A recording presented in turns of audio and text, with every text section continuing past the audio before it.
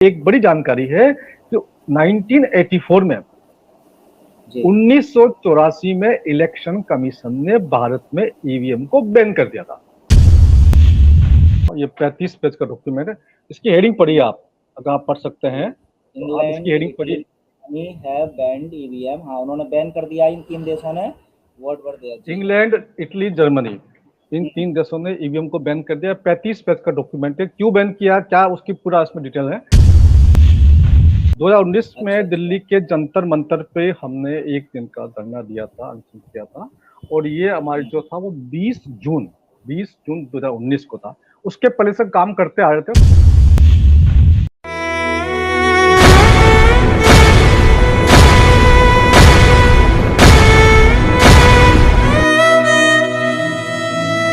देखिए, 16 जुलाई को होने वाला है दिल्ली में एक बहुत बड़ा आंदोलन, जिसमें 14 मुख्य मुद्दों को लेकर के डॉक्टर उत्तम कोठारी सर के साथ बहुत सारे क्रांतिकारी उतरने वाले हैं सड़कों पर।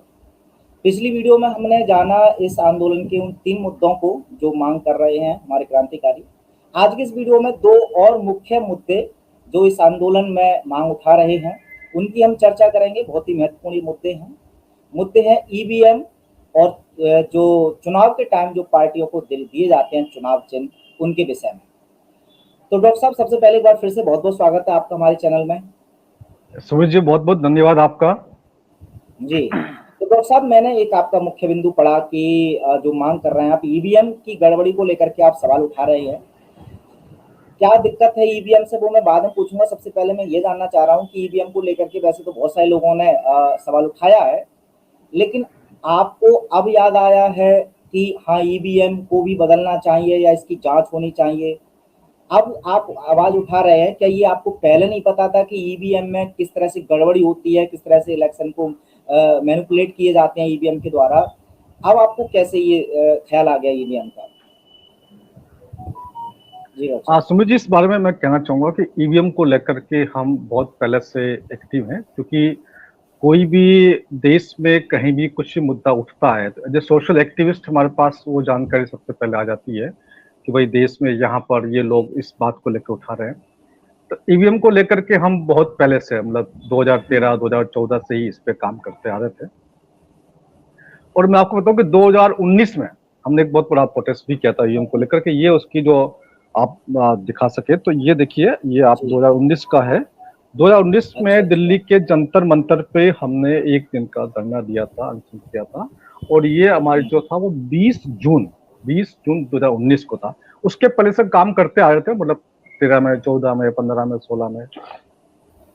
उसके बाद में 19 में जो हमने प्रोटेस्ट किया, उसको राष्ट्रपति जी के नाम पे एक ज्ञापन दिया हम लोगों ने, और साथ में ज्ञापन की एक जो कॉपी जो है हमने चीफ इलेक्शन कमिश्नर को भी दी। ये चीफ इलेक्शन कमिश्नर को है, तो 4 जुलाई को हमने इस राष्ट्रपति के ज्ञापन को एक कॉपी जो है हमने चीफ इलेक्शन कमिश्नर को, यानी कि इलेक्शन कमीशन ऑफ इंडिया को भी हमने भेजी। उसके बाद में हमने 1-2 प्रोटेस्ट और किए। 2020 में एक बड़ा प्रोटेस्ट करने का प्लान था, और 2020 में मार्च अप्रैल में हम सोच रहे थे बड़ा प्रोटेस्ट करेंगे। और मीनवाइल आपको पता ही लॉकडाउन लग गया, और लॉकडाउन के बाद क्या क्या हुआ सब आपको जानकारी है, किस जी प्रकार बिल्कुल। से लोगों के साथ में कितनी जोर जबरदस्ती हुई। कोई हम आज की तारीख में तो कुछ बात कह भी नहीं सकते। कोई वीडियो बनाएंगे तो आपका वीडियो हट जाएगा, आपके चैनल पे स्ट्राइक आ जाएगी, है ना। मेरे चैनल पे लगातार स्ट्राइक आती रहती है, एक स्ट्राइक जाती है दूसरी आ जाती है। जी। किस प्रकार से लोगों का गला घोटा जा रहा है वो पिछले 3-4 साल से, वो बहुत लोगों के जीवन बचाना बहुत बड़ा इशू था हमारे लिए उस टाइम पर। लोगों को उस चीज से, उस तथाकथित बूटी से बचाना हमारा बहुत बड़ी जिम्मेदारी थी। तो उस जिम्मेदारी को निभा रहे थे, तो उसको करते करते तो इसमें 2-3 साल का वक्त हमें लग गया। लेकिन ये काम हम मान के चले कि 2013-14 से इस मुद्दे पर हम काम कर रहे हैं। जब से ये लाल कृष्ण आडवाणी है और भाजपा के एक बहुत बड़े नेता है सुब्रमण्यम स्वामी, इन दोनों ने इस पर बहुत काम किया और बहुत इस पर आवाज उठाई है। यहाँ तक कि लाल कृष्ण जी आडवाणी साहब ने तो इसके ऊपर एक बुक तक लिखी है। अच्छा। पूरी बुक है, जो बुक ही ईवीएम के ऊपर है कि ईवीएम में क्या क्या घोटाले, क्या क्या गड़बड़ी हो सकती है। पूरी 400 पन्ने की बुक है। तो आप समझ सकते हैं इस मुद्दे पर बहुत लंबे टाइम से काम कर रहे हैं। और अब जब ये हमने प्रोटेस्ट करने की सोची, तो हमारे जो पुराने साथी थे जो इस पर काम कर रहे थे, वो बोले कि डॉक्टर साहब, जब प्रोटेस्ट चल ही रहा है और आपने बहुत सारे मुद्दे इसमें हम जोड़ रहे हैं, तो ये जो अब एक मुद्दा है इसको भी इसमें ऐड किया जाए, तो सबकी बात को ध्यान में रख के ये मुद्दे ऐड किए गए हैं। तो इसलिए ये इशू को इन मुद्दों के साथ क्लब किया गया। अच्छा डॉक्टर साहब, जैसे कि अब चूंकि काफी लंबे समय से आप आवाज उठा रहे हैं ईवीएम की गड़बड़ी को लेकर के, लेकिन जब भी चुनाव होते हैं तो जो पार्टी हार जाती है वो तो खैर आप ही की भाषा बोलती है, तो आप बता रहे हैं कि सच में इसमें गड़बड़ी होती है, लेकिन जो पार्टी जीती आती है वो कहती है नहीं इसमें गड़बड़ी हो नहीं सकती। मैं आपसे जानना चाहूंगा, जब इतने लंबे समय से आप एक्टिव हैं और इन सब चीजों की रिसर्च कर रहे हैं, आखिरकार ईवीएम में क्या क्या और किस किस स्तर पर गड़बड़ी हो सकती है, वो हमारे दर्शकों को जरा विस्तार से आप बताएं। मैं आपको, हमारे पास एक बहुत बड़ा डेटाबेस बना हुआ, ये हमारा हमने जो ज्ञापन की जो कॉपी थी 5-7 पेज की वो भी है। इसके अलावा एक 35 पेज का एक बहुत बड़ा डॉक्यूमेंट आपको दिखा रहा हूँ। ये 35 पेज का डॉक्यूमेंट है, इसकी हेडिंग पढ़िए आप, अगर आप पढ़ सकते हैं तो आप इसकी हेडिंग पढ़िए। हैव बैंड ईवीएम, हाँ उन्होंने बैन कर दिया इन 3 देशों ने, what were they, England, Italy, Germany, इन 3 देशों ने ईवीएम को बैन कर दिया। 35 पेज का डॉक्यूमेंट है, क्यों बैन किया क्या उसकी पूरा इसमें डिटेल है, मैं आपको उसके बाद बताऊंगा। इसके पहले मैं आपको बताऊंगा हमने जो आज की जानकारी इकट्ठी की और जो ज्ञापन हमने दिया राष्ट्रपति जी को 2019 के अंदर और इलेक्शन कमीशन ऑफ इंडिया को, उस ज्ञापन की जो मुख्य बातें हैं उसमें हमने बकायदा मेंशन किया कि भाई ईवीएम पे क्या आशंका है हमारी, वो मैं पढ़ के बताऊंगा तो आपको दोनों बातें हो जाएगी, वो ज्ञापन भी समझ में आ जाएगा और साथ में लोगों को जानकारी मिल जाएगी कि इस पर हमने कितनी स्टडी की है। पॉइंट नंबर 1, बहुत सारे देश हैं जो कि विकसित देश है, जैसे कि Germany, Italy, France, Ireland, Netherland, UK, America, Israel, Ukraine, Singapore, इन सब देशों ने ईवीएम को बैन कर रखा है। वो अपने देश में ईवीएम का प्रयोग नहीं करते हैं, वहां पर बैलेट पेपर से चुनाव।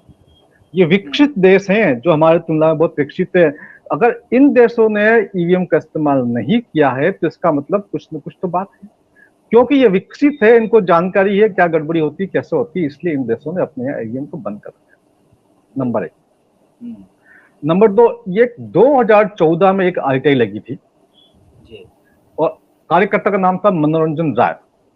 उन्होंने जो आरटीआई लगाई कि भाई जो भारत में जो ईवीएम की जो असेंबलिंग होती है, जैसे कुछ बाहर से आता है, कुछ यहाँ से आता है, कुछ कहीं से आता है, अलग अलग पास अलग अलग जगह से आता है। असेंबलिंग 2 कंपनी करती है, एक करती है BEL, एक करती है ECIL। BEL Bharat electronics limited और ECIL electronics corporation of the India limited. ये 2 कंपनी है जो भारत सरकार की तरफ से अधिकृत है ईवीएम का असेंबलिंग के लिए। तो चुनाव आयोग में इन लोगों ने एक याचिका दायर की, एक आरटीआई लगाई कि भैया आपने पिछले 15 सालों में कितनी ईवीएम इनसे खरीदी। समझ पा रहे हैं आप? बिल्कुल बिल्कुल। तो आप ये देखिए कि चुनाव आयोग का जो आंकड़ा आया था कि वो 20,20,306 ईवीएम मशीन इन लोगों ने खरीदी। इसी व्यक्ति ने मीन वाइल क्या किया था कि जब वहां पर आरटीआई लगाई तो एक आरटीआई इन कंपनी के पास भी लगाई कि आपने भैया कितनी ईवीएम मशीन बेची। तो इन कंपनी का आंकड़ा आया कि भाई 49,44,525 है ना, 49,44,525 ईवीएम मशीन बेची। तो मोटा मोटा अंतर जो आया वो 18 लाख से ऊपर का, 18-19 लाख का अंतर आया। यानी कि जो आधी ईवीएम लगभग आधी ईवीएम मार्केट में एक्स्ट्रा है, उसमें भी थी और आज भी है। जितनी total EVM electronic machine election commission of India के पास है, लगभग उतनी ही ईवीएम कुछ नेताओं के पास होगी या कुछ कार्यकर्ताओं के पास होगी या बड़े बड़े लोगों के पास होगी। तो ये बहुत बड़ी खामी है। हमने इलेक्शन कमीशन को इसके बारे में बताया, हमने देश के महामहिम को इसके बारे में सूचना दी। नंबर 3, जो पहला मतदान जो होता है और जो अंतिम मतदान होता है, जो वोटिंग काउंटिंग होती है इस लोकसभा चुनाव के अंदर, उसमें लगभग 2.5 महीने का अंतर आ जाता है, क्योंकि लोकसभा चुनाव 7 फेज में होते हैं, 7 फेज में लोकसभा चुनाव हो रहे हैं। तो पहला चुनाव हुआ, दूसरा हुआ, तीसरा हुआ ना, पहले और लास्ट में 2.5 महीने का अंतर आ जाता है। और चुनाव होने के बाद भी वो ऐसा, तो जो ईवीएम जो होती है वो स्ट्रॉन्ग मशीन में पड़ी रहती है। अब क्या कोई कैंडिडेट लगातार 2.5 महीने तक रात दिन 24 घंटे वहां निगरानी करेगा? क्या उसके लोग निगरानी करेंगे? उसका पैसा कौन देगा उसको? अगर निगरानी करने के लिए बंदे लगाता है वो, क्या कार्यकर्ता वहां बैठ करके रात दिन स्ट्रॉन्ग रूम के बाहर बैठे रहेंगे? और कई बार ये होता है कि जब स्ट्रॉन्ग रूम खुलता है 2.5 महीने बाद तो ताले पहले ही टूटे हुए होते हैं। और कई बार ऐसा होता है कि ईवीएम की सील टूटी होती है, किसी को आप शिकायत करना चाहते तो इलेक्शन कमीशन के अधिकारी शिकायत भी नोट नहीं करते हैं। ये भी हमारे पास एक पॉइंट था, ठीक है। अगला पॉइंट ये है कि जो प्रिजाइडिंग ऑफिसर जो होता है, जो जो जो मशीनों को देखता है, जी प्रिजाइडिंग ऑफिसर की मिलीभगत होने की पूरी संभावना है, वो कुछ भी कर सकता है, उसके ऊपर कोई कंट्रोल नहीं है, उसके ऊपर कोई नियंत्रण नहीं है, उसके खिलाफ कोई जांच आज तक कोई जांच नहीं हुई, तो ये एक बहुत बड़ा लैप्स पॉइंट है। जी नेक्स्ट पॉइंट है कि जो ईवीएम के जो निर्माण से लेकर मतों की गिनती तक, ईवीएम जो है वो कई लोगों के हाथों से गुजरती है, तो इस दौरान छेड़छाड़ हो सकती है, इसकी जांच की और कार्रवाई की कोई व्यवस्था देश के अंदर नहीं है। अच्छा अगला पॉइंट आपको बताना चाहूंगा, आपको जान के बड़ा आश्चर्य होगा कि जो ईवीएम की जो चिप होती है, ईवीएम की जी चिप जो होती है वो जापान से आती है, जर्मनी से आती है, दूसरे देशों से आती है, जो विकसित देश है वहां से चिप आती है, और वो चिप हम प्रयोग करते हैं, और सबसे बड़ी बात कि वो चिप वो प्रयोग नहीं करते। अच्छा उनमें जापान के लोगों से पूछो कि भैया जो चिप तुम इंडिया में भेजते हो क्या अपने देश में प्रयोग करते हो, तो उनका उत्तर होता है जी जी हम नहीं करते प्रयोग। उसका उत्तर, जर्मनी के सुप्रीम कोर्ट ने ईवीएम पर बैन लगा रखी है, जर्मनी के सुप्रीम कोर्ट तक मामला पहुंचा, सुप्रीम कोर्ट ने कहा भैया इसको बैन करो भैया, ये विश्वसनीय नहीं है। जनता के पास लोकतंत्र में एक ही अधिकार होता है, वोटिंग राइट का, उसके बाद तो पता नहीं क्या होता है, जिसको आप वोट देते हैं कई बार वो बिक जाता है, कई बार वो किसी और पार्टी में चला जाता है, कई बार पार्टी टूट जाती है, पार्टी तोड़ देते हैं, है ना, वो तो गड़बड़ है ही है। अब वहां जाकर वो आपने वोट दे दिया, बंदा क्या कर रहा है क्या नहीं कर रहा है वो अलग मसला है ना। यहाँ पर तो आपका वोट ही कहाँ जा रहा पता नहीं चलता। तो लोकतंत्र के लिए, लोक बचाने के लिए, लोकतंत्र में आपके पास एक मत का अधिकार होता है, वो सुरक्षित तरीके से सही रजिस्टर हो, ये बहुत आवश्यक है। ठीक है, अच्छा, अब जब चिप जो होती है तो पहली बात तो चिप दूसरे देशों में बन के आती है, तो वहां पर उसमें कोई वायरस डाल दिया या कोई ट्रोजन होस्ट डाल दिया, उसके अंदर कोई ट्रोजन वायरस डाल दिया, है ना, कई तरह के वायरस होते हैं वो डाल दिए, उसके बाद में हैकिंग हो गई, कैसे पता लगाओगे। उसके बाद जब ये चिप इंडिया में आती है, जब ये चिप वहां से बन के इंडिया में आती है, तो ये कहाँ से होकर गुजरती है, तो चिप डेवलपर्स के पास जाती है, चिप मेकिंग के पास जाती है, चिप वेंडर्स के पास जाती है, चिप एजेंट्स होते हैं, मेंटेनेंस इंजीनियर होते हैं, चिप को पैक करने वाले होते हैं, चिप के कुरियर कंपनी के लोग होते हैं, वो कई तरह के लोगों से वो चिप गुजरती है। वो चिप जो है कम से कम 10-20 लोगों के हाथों से मतलब होकर के गुजरती है, 10-20 जगह गुजरती है, पता नहीं कितने हाथों से गुजरती है, तो वो वहां पर भी इसकी मिसमैनेजमेंट हो सकता है, इसकी हैंडलिंग हो सकती है, इसके अंदर वायरस का इनपुट जाया जा सकता है, या इसमें किसी प्रकार का बदलाव हो सकता है, या चिप ही बदल जाती है। अब उसके बाद ये चिप आती है आपके पास BEL या ECIL के पास आती है, और जब वहां पर आती है तो वहां पर कई लोग काम करते हैं उसके ऊपर, जैसे कि चिप रिसीवर्स होते हैं, चिप को संग्रह करने वाले होते हैं, चिप को माइक्रोसॉफ्ट जो सॉफ्टवेयर डालने वाले होते हैं, चिप को प्रोग्रामिंग करने वाले इंजीनियर्स होते हैं, चिप को मशीनों में डालने होते हैं, वहां के अधिकारी होते हैं, वो बहुत से लेवल पर Bharat electronics limited and electronics corporation of India limited के वहां पर भी जो अधिकारी कर्मचारी और इंजीनियर्स काम कर रहे हैं, वहां पर भी इसका मिस हैंडलिंग हो सकती है, इसका मिस यूटिलाइजेशन हो सकता है, इसके अंदर कोई वायरस इम्प्लांट किया जा सकता है। अब आते हैं, ये चिप ट्रांसफर होती है ईवीएम के ऊपर, ये जो चिप होती है, ये चिप ईवीएम के ऊपर जाकर लगती है। जब इस चिप को ईवीएम पर लगाया जाता है, वो अलग सिस्टम होता है, उस दौरान बहुत से लोग अलग काम करते हैं, है ना, जैसे कोई सॉफ्टवेयर इंजीनियर है, सोर्स कोड जनरेटर है, सोर्स कोड कोडर है, सोर्स कोड डिकोडर है, चिप को मदर पर बोर्ड लगाने वाला इंजीनियर अलग होता है, मदर बोर्ड पे ईवीएम फिट करने वाला अलग होता है, ऑफिसर्स होते हैं, पैकेजिंग करने वाले होते हैं, स्टोर करने वाले होते हैं, हैंड ओवर करने वाले होते हैं, तो इसमें बहुत सारे स्तर है, वहां पर किसी भी प्रकार का वायरस इम्प्लांट हो सकता है, कोई ट्रोजन वायरस वगैरह इसके अंदर डाला जा सकता है जी। अगली बात करें, अगला जब ये पूरा आइटम रेडी हो जाता है, रेडी होने के बाद ये इलेक्शन कमीशन के पास जाता है, तो या तो ये बाई पोस्ट जाता है या बाई हैंड जाता है। अब बाई पोस्ट बाई हैंड जब ये इन दो कंपनी से इलेक्शन कमीशन के पास जाएगा, तो बीच में बहुत सारे लोग होते हैं, डिलीवरी बॉय होते हैं, मशीन के वेंडर्स होते हैं, कमीशन एजेंट्स होते हैं, है ना, आपके कुरियर कंपनी के लोग होते हैं, यहाँ भी उसके एक बहुत बड़ा सिक्योरिटी लैब्स है इसके अंदर। अब आपके electronic voting machine election commission के पास आ गई, इलेक्शन कमीशन में बहुत सारे लोग होते हैं जो काम करते हैं, उसको हैंडलिंग करते हैं, उसको रिसीव करते हैं, उनको स्टोर करते हैं, वापस उसको डिस्पैच करते हैं, देते हैं, वापस लेके आते हैं, फिर मंगाते हैं। इस पूरे दौरान बहुत सारे कर्मचारी, इंजीनियर्स, अधिकारी काम करते हैं, तो वहां पर भी किसी भी जगह पर उसमें गड़बड़ी होने की पूरी संभावना है। उसके बाद में जो एक्चुअल जो चिप होता है, जो चिप पे जो डाटा रजिस्टर होता है, उसकी जो लैंग्वेज होती है, उस लैंग्वेज को पहले से ही जानकारी उन लोगों को होती है जो चिप के ऊपर जो उसका रजिस्ट्रेशन होता है। एक आपकी सिलिकॉन चिप है, और सिलिकॉन चिप के ऊपर जो फर्स्ट लैंग्वेज जो होती है जो उसको वहां पर, एक तो कोडिंग लैंग्वेज होती है, कोडिंग लैंग्वेज से पहले एक लैंग्वेज और होती है, बेसिक लैंग्वेज। उस लैंग्वेज के बाद ही उसके ऊपर वो कोडिंग लैंग्वेज काम करती है। वो सब का सब डेटा जो होता है वो अमेरिका के पास होता है, जापान के पास है, जर्मनी के पास है, और जो जिन जिन देशों में चिप बनती है ना, मिडल ईस्ट, यहाँ उन लोगों के पास ये सब डेटा होता है, यूरोपियन कंट्रीज के पास खासतौर से।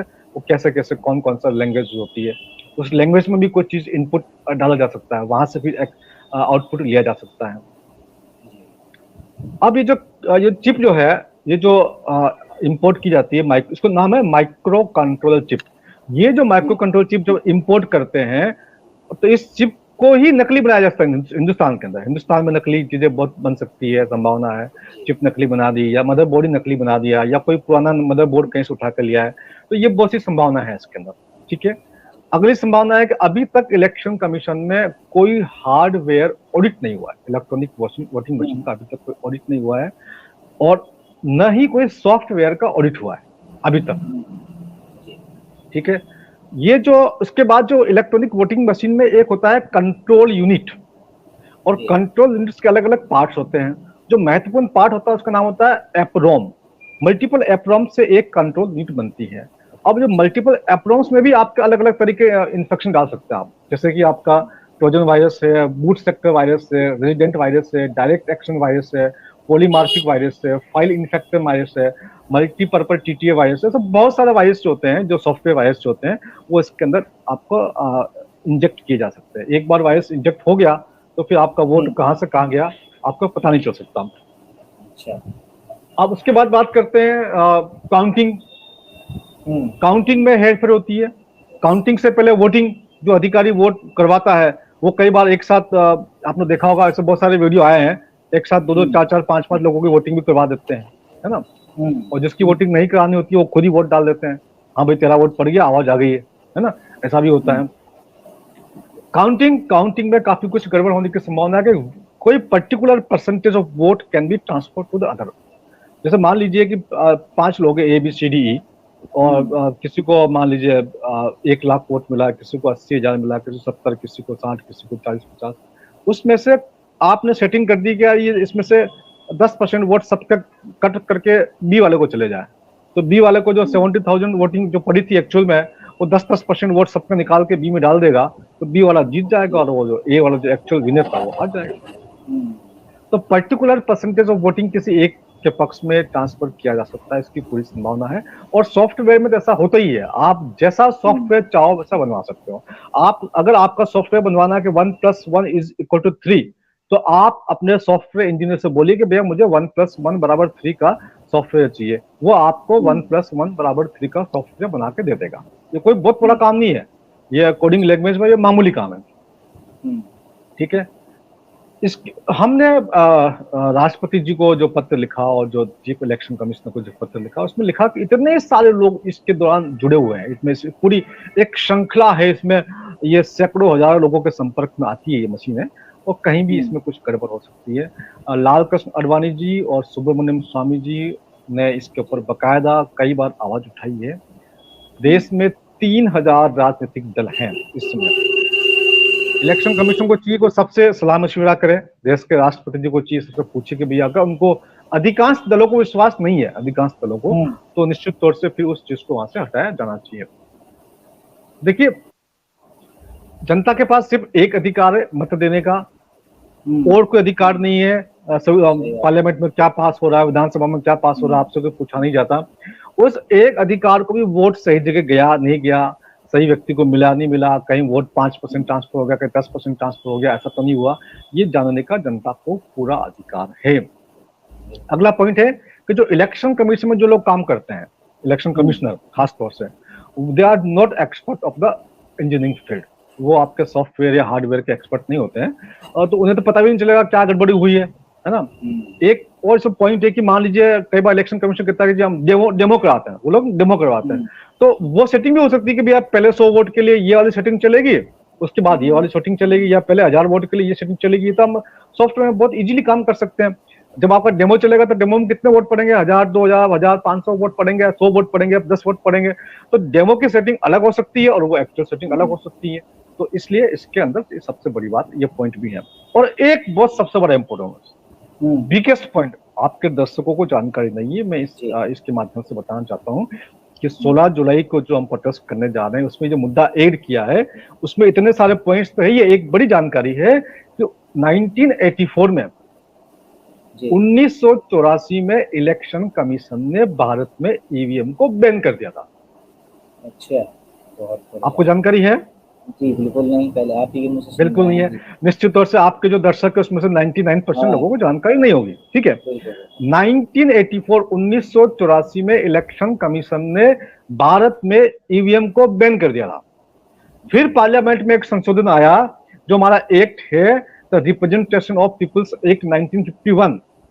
उसमें जब ये 84 में इलेक्शन 84 में सुप्रीम कोर्ट ने बैन किया तो 89 में पार्लियामेंट में ये जो एक्ट है हमारा the representation of people's act 1951, इसके अंदर एक धारा और जोड़ी गई 61A। उस 61A के अंदर इलेक्शन कमीशन को चुनिंदा स्थानों पर ईवीएम से वोटिंग करने का अधिकार दिया गया। आप मेरे शब्दों को समझ पाए मैंने क्या बोला? चुनिंदा स्थानों पर इलेक्शन कमीशन को वोटिंग ईवीएम से वोटिंग करने का अधिकार दिया गया।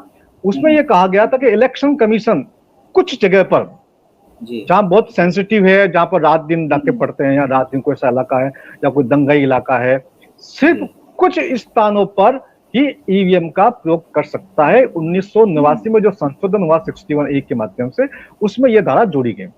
लेकिन इलेक्शन कमीशन ने क्या गड़बड़ी की? देश के सब जगह पर ईवीएम लागू कर दिया। और हमारा संविधान क्या कहता है कि कुछ जगहों पर जो सेंसिटिव जगह है सिर्फ वहीं पर आप ईवीएम का इस्तेमाल कर सकते हैं। तो जब ये जो जितने भी ईवीएम से चुनाव हुए अब तक ये सब नल एंड वॉइड है। ये सब के सब जितने भी चुनाव हुए हमने मांग की राष्ट्रपति जी से, पहले मांग की थी हमने कि ये सारे इलेक्शन नल एंड वॉइड घोषित किए जाए और इन लोगों ने अब तक जो भी पार्लियामेंट में कानून पास किए हैं वो सब के सब कैंसिल माने जाए, क्योंकि चुनाव ही गलत था। इलेक्शन कमीशन ने चुनाव की प्रक्रिया गलत निकाली, उसने अपने अधिकारी को दुरुपयोग किया। जितने भी इलेक्शन कमिश्नर आए उन सब की तनख्वाह, उन सब के पैसे, उनके रिटायरमेंट बेनिफिट्स, उनके पेंशन सब देश की जनता को, देश के लोगों को वापस उनसे छीन लेनी चाहिए, क्योंकि ये गैर कानूनी है, गैर संवैधानिक है पूरे देश में ईवीएम से चुनाव करवाना। ये इतना बड़ा मामला शायद आपको अब जाकर ये बात समझ में आई होगी कि हमने क्यों ये मुद्दा इसके अंदर ऐड किया है और किस प्रकार के देश की जनता के साथ एक संवैधानिक धोखा जो है वो इलेक्शन कमीशन ऑफ इंडिया कर रहा है। इस बात को समझने की आवश्यकता है। बिल्कुल, चलिए बहुत महत्वपूर्ण आपने ये पूरे डिटेल में बताया, उसके लिए पहले धन्यवाद। अब मैं जानना चाहूंगा तो अब आखिर में फिर सरकार से मांग क्या है आपकी ईवीएम को लेकर के? क्या चाहते हैं कि सरकार अब क्या कदम उठाए? बिल्कुल, देखो बकायदा कंट्री का रूल है। 1984 में सुप्रीम कोर्ट ने इसको बैन किया। 1989 में कुछ जगहों पर जहां पर सेंसिटिव पॉइंट्स है वहां पर लागू करने का संविधान में ये प्रावधान है। जब ये संविधान में प्रावधान ही नहीं है तो आप किस आधार पर ईवीएम से वोटिंग करवा रहे हैं? ईवीएम का वोटिंग करवाना पूरे देश में एक जगह एक साथ या कुछ चरणों में ईवीएम से वोटिंग कराना अगेंस्ट कॉन्स्टिट्यूशन है, against rule of the India है, against law of the nation है, लॉ ऑफ द लैंड के खिलाफ है। तो निश्चित तौर से हमारी मांग है कि जितने भी चुनाव आगे जो होने वाले हैं वो ईवीएम से नहीं हो, बैलेट पेपर से हो, नंबर 1। नंबर 2, जितने भी चुनाव ईवीएम से अब तक हुए सबको नल एंड वॉइड घोषित किया जाए और जितनी भी सरकार जो फैसले लिए वो सारे फैसले अब ऑटोमेटिकली उनके द्वारा जो भी कानून पास किए गए वो सब कानून को निरस्त हो और ऑटोमेटिक हो जाएगा। अगर ये है तो ये हमारी मांग है सरकार से, ये मांग पूरी करें। बिल्कुल। अच्छा डॉक्टर साहब, देखिए यहाँ पे देखिए एक छोटा सा प्रश्न आपसे जरूर जानना चाहूंगा। अब जैसा कि अब वो तो आपने बहुत अच्छे से एक्सप्लेन किया कि बाकायदा ये हैक तो बड़ी आसानी से हो सकती है और वो सरकार ही करा सकती है बड़ी आसानी से। लेकिन अब जो मांग कर रहे हैं कि भी अगर इलेक्शन ना कराया जाए तो जब सरकार को फायदा हो रहा है जिस मशीन से, तो पहली बात तो वो हटाएगी क्यों? और अगर नहीं हटाती है तो आप कहते हैं कि भी आप अगर हमारी बात सरकार नहीं मानेगी तो भी उनकी जान जनता में बसी है, जनता को हम जागरूक कर रहे हैं, वो सरकार को गिराएंगे। फिर जनता सरकार को कैसे गिराएगी जब वो ईवीएम से ही इलेक्शन जीत रहे हैं, जनता के वोटों से जीत ही नहीं रहे हैं? तो क्या कुछ और दूसरा कानूनी रास्ता भी हो सकता है कि सरकार अगर मानती नहीं है कि ईवीएम को हम नहीं हटाएंगे तो उनको मजबूरी में ही हटाना ही पड़े, ऐसा कोई रास्ता कानूनी तरीके से आप? हाँ बिल्कुल हो सकता है, बिल्कुल हो सकता है। क्योंकि जो संविधान में जो धारा जोड़ी गई, उस धारा में ये स्पष्ट प्रावधान है कि ईवीएम का प्रयोग चुनिंदा जगहों पर किया जा सकता है। इसका मतलब ये है कि बाकी जगह जो ईवीएम का प्रयोग है ये गैर कानूनी है। सुप्रीम कोर्ट के माध्यम से इस काम को किया जा सकता है। जो एक्सपर्ट्स हैं, जो लीगल एक्सपर्ट्स हैं, उनसे हम कहना चाहेंगे तो वो इससे अधिक जानकारी इकट्ठी करें और इसको कोर्ट में, सुप्रीम कोर्ट में इसको चैलेंज करें, ताकि ये पूरा का पूरा सिस्टम बैन हो सके। जनता को हम जगाएंगे, ये भी तय है।